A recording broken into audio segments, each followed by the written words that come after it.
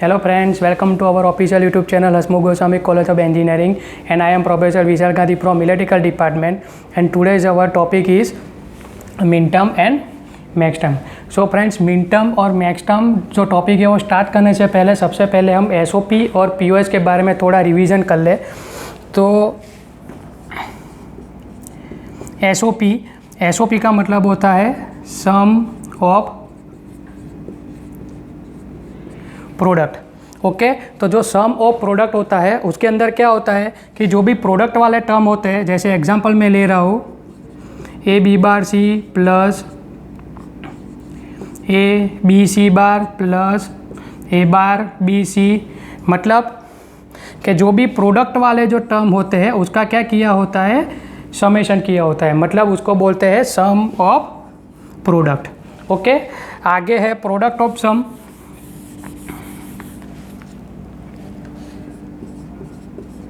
तो product of some में क्या होता है कि जो समेशन वाले जो टर्म होते हैं उसका आगे प्रोडक्ट होता है। जैसे example A plus B bar plus C into A plus B plus C बार। इसमें क्या है कि जो समेशन वाले जो सम वाले प्रोडक्ट टर्म है उसका क्या किया है, बीच में प्रोडक्ट किया है, तो इसको बोलते हैं प्रोडक्ट ऑफ सम। ये जो एसओपी और पीओएस वाले जो टर्म है ऑलरेडी हमने लास्ट लेक्चर में देख लिया है, हमने सिर्फ अभी उसका क्या किया, थोड़ा सा रिवीजन किया। आज का जो हमारा टॉपिक है वो है mid terms and max term. So friends, mid term किसको बोलते हैं कि मिड टर्म में क्या होता है कि प्रोडक्ट टर्म होते हैं जिसमें ऑल द वेरिएबल क्या होता है, इंक्लूडेड होते हैं, तो इसको बोलते हैं मिड टर्म। जैसे मैं कोई एग्जाम्पल लिखता हूँ A B C bar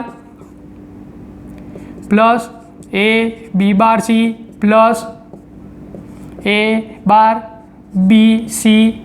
okay, तो ये जो मैंने पूरा इक्वेशन लिखा है, मतलब बुलियन एक्सप्रेशन लिखा है, इसके अंदर देखो कौन सा टर्म है, ये प्रोडक्ट टर्म है, और प्रोडक्ट का क्या किया है हमने, इधर समेशन किया है। मतलब ये one type of SOP equation ही है कि जिसके अंदर प्रोडक्ट वाले टर्म का क्या किया है, हमने समेशन किया है। तो ऐसा कोई इक्वेशन हो कि जिसके अंदर प्रोडक्ट वाले टर्म का समेशन किया, मतलब एसओपी फॉर्म वाला इक्वेशन हो और उसके अंदर सभी वेरिएबल प्रेजेंट हो।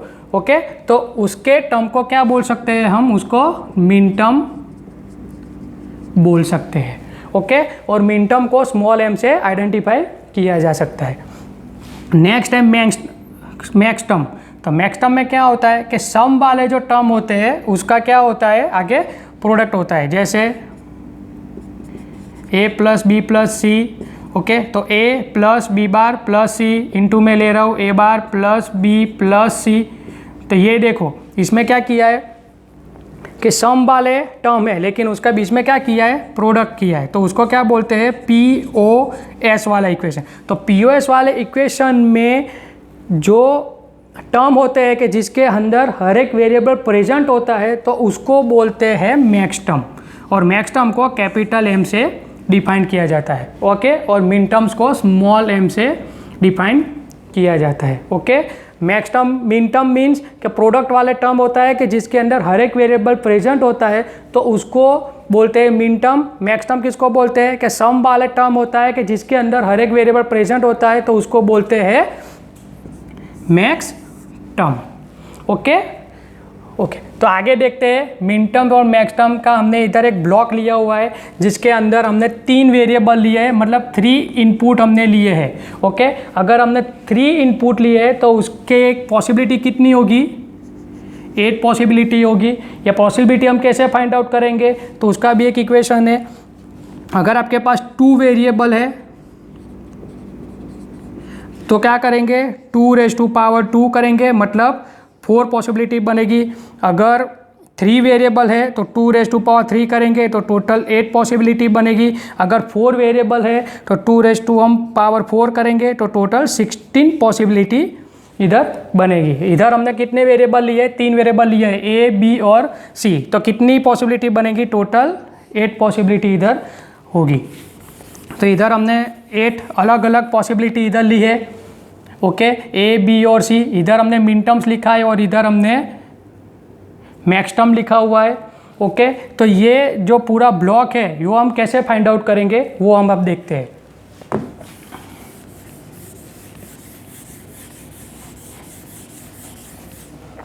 तो फ्रेंड्स मिन टर्म में क्या होता है कि जो भी वेरिएबल होते हैं, हमने इधर लेते हैं सिर्फ ए वेरिएबल की बात करें, तो अगर ये ए वेरिएबल है, ए की वैल्यू अगर 1 है, ओके, अगर ए वेरिएबल है और उसकी वैल्यू अगर 1 है तो उसको हम किस फॉर्म में लिखेंगे, नॉर्मल फॉर्म में लिखेंगे। ओके, अगर हम उसको नॉर्मल फॉर्म में लिखेंगे तो ए की वैल्यू क्या आ जाएगी, वापिस ए ही आ जाएगी। ओके, अगर ए की वैल्यू 0 है तो वो किस फॉर्म में आ जाएगा, कॉम्प्लीमेंट फॉर्म में आ जाएगा। अगर कॉम्प्लीमेंट फॉर्म में आएगा तो ये इधर क्या हो जाएगा, ए के बदले ए बार आ जाएगा।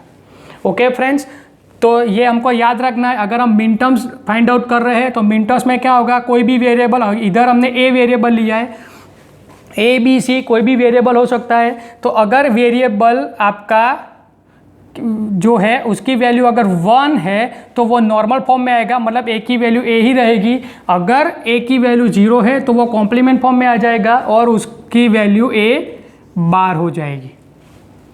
ओके, अगर हम एग्जांपल लेते हैं, अगर मैं इधर लिख रहा हूँ a बराबर 0, b बराबर 1 और c बराबर 0, तो इसका हम मिन टर्म्स में कैसे लिखेंगे, a इज इक्वल टू 0, अगर 0 है तो वो कॉम्प्लीमेंट फॉर्म में आएगा, मतलब a की क्या लिखेंगे हम, a की वैल्यू का a bar, b is equal to 1 है तो वो नॉर्मल रहेगा, तो b का हमने डायरेक्ट लिखा b, c की वैल्यू 0 है तो c का क्या आ जाएगा, c बार।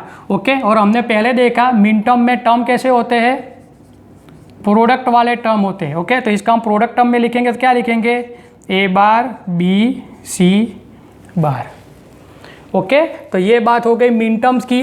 इससे थोड़ा अपोजिट होता है मैक्स टर्म। मैक्स टर्म में क्या होता है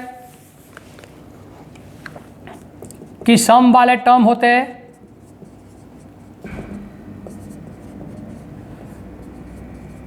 और इसके अंदर हम जो वेरिएबल ले रहे हैं ए की वैल्यू अगर 1 है, ओके, ए की वैल्यू अगर हम 1 ले रहे हैं तो वो आएगा कॉम्प्लीमेंट फॉर्म में, मतलब उसकी वैल्यू हो जाएगी ए बार। ओके, और ए की वैल्यू अगर 0 है तो वो आएगा नॉर्मल फॉर्म में, मतलब ए की वैल्यू सिर्फ ए ही रहेगी। एग्जाम्पल के देखें, a is equal to 1, b is equal to a is equal to 0, B is equal to 1 और सी इज इक्वल टू 0। तो इसको हम कैसे लिखेंगे, ए इज इक्वल टू 0 है तो वो नॉर्मल फॉर्म में रहेगा, तो हमने ए का ए ही लिखा है। बी इज इक्वल टू 1 है, अगर 1 है तो वो कॉम्प्लीमेंट फॉर्म में आएगा, मतलब बी बार आएगा। सी की वैल्यू 0 है तो वो नॉर्मल फॉर्म में आएगा, 0 है तो वो नॉर्मल फॉर्म में आएगा, तो मतलब वो सी का सी है। तो इसको हम कैसे लिखेंगे, सम वाले टर्म में, तो ए प्लस बी बार प्लस सी। ओके, तो ये उसका क्या हो गया, टर्म बन गया, जो क्या है मैक्स टर्म के। ओके, तो इसी हिसाब से हमने इधर लिखा है। सबसे पहले क्या है, A is equal to 0, B is equal to 0, C is equal to 0। Min terms में हमने देखा था अगर वो 0 है तो वो कॉम्प्लीमेंट फॉर्म में आएगा, और अगर 1 है तो वो नॉर्मल फॉर्म में आएगा। ओके, तो A is equal to 0, B is equal to 0, C is equal to 0, मतलब क्या आएगा, ए बार बी बार और सी बार। आगे है 0 0 1, मतलब ए बार बी बार इंटू सी। आगे है ए बार बी सी बार, इसमें आएगा ए बार बी सी, इधर आएगा A B bar C bar, इधर आएगा A B bar into C, A B और सी बार, और तीनों वेरिएबल की वैल्यू 1 है तो तीनों नॉर्मल में आएंगे, वो आएंगे ए बी और सी। ओके, इसके हिसाब से हम मैक्स टर्म देखेंगे। तो मैक्स टर्म में क्या आएगा, अगर 0 है, ओके, तो वो नॉर्मल आएगा, अगर 1 है तो वो कॉम्प्लीमेंट फॉर्म में आएगा। ओके, तो 0 0 0 मतलब तीनों नॉर्मल, तो a plus B plus C, इधर 0 0 1 है तो a plus B plus C bar, इधर 0 1 0 है तो a plus B bar plus C, 0 1 1 मतलब a plus B bar plus C bar, 1 0 0 मतलब a bar plus b plus c, 1 0 1 a bar plus b plus c bar, 1 1 0 मतलब a bar plus b bar plus c, और तीनों variable 1 तो तीनों complement में आएंगे, तो इधर तीनों कॉम्प्लीमेंट में लिखा है a bar plus b bar plus c bar. Okay friends, तो अगर आपको कोई भी इक्वेशन दिया है तो उसको आप मिन टर्म और मैक्स टर्म निकाल सकते हो ये पूरे ब्लॉक के हिसाब से। ओके, तो हम आगे एग्जांपल के हिसाब से देखते हैं कि हम कैसे मिन टर्म और मैक्स टर्म फाइंड आउट कर सकते हैं। इधर मैं कोई एक इक्वेशन लिख रहा हूँ,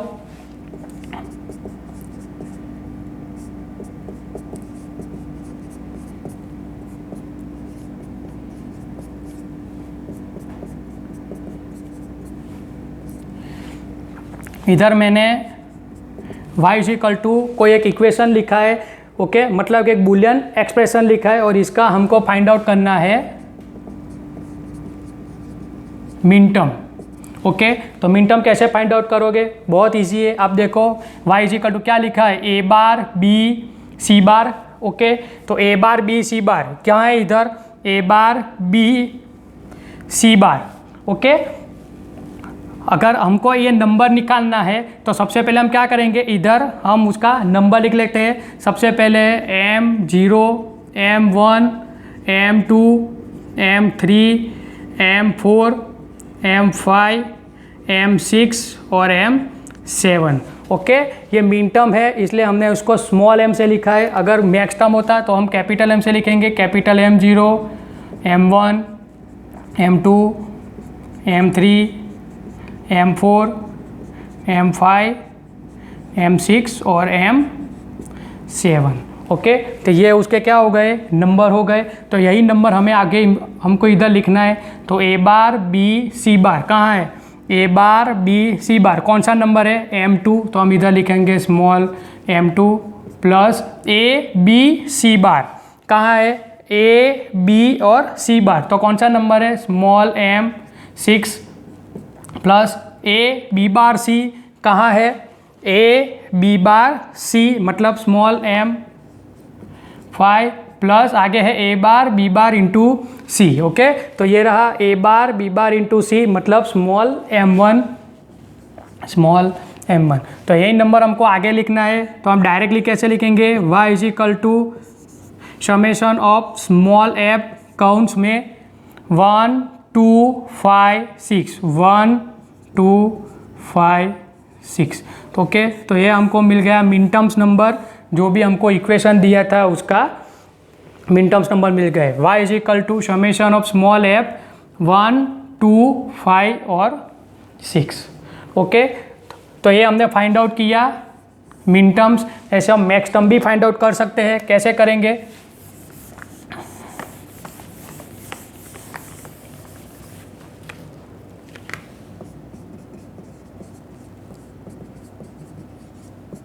इधर मैं कोई एक इक्वेशन लिख रहा हूँ,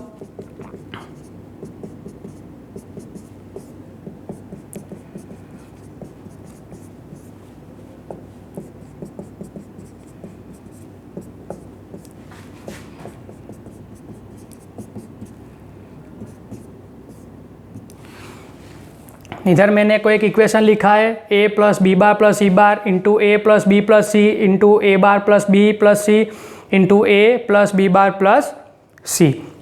इसका हमको मैक्स टर्म निकालना है, तो हम कैसे निकालेंगे, तो इधर देखो a plus B bar plus C bar, तो इधर कहाँ है देखो a plus B bar plus C bar मतलब capital M3 plus a plus B plus C, तो a plus B plus C कौन सा नंबर है, M0, तो इधर हमने लिख लिया M0।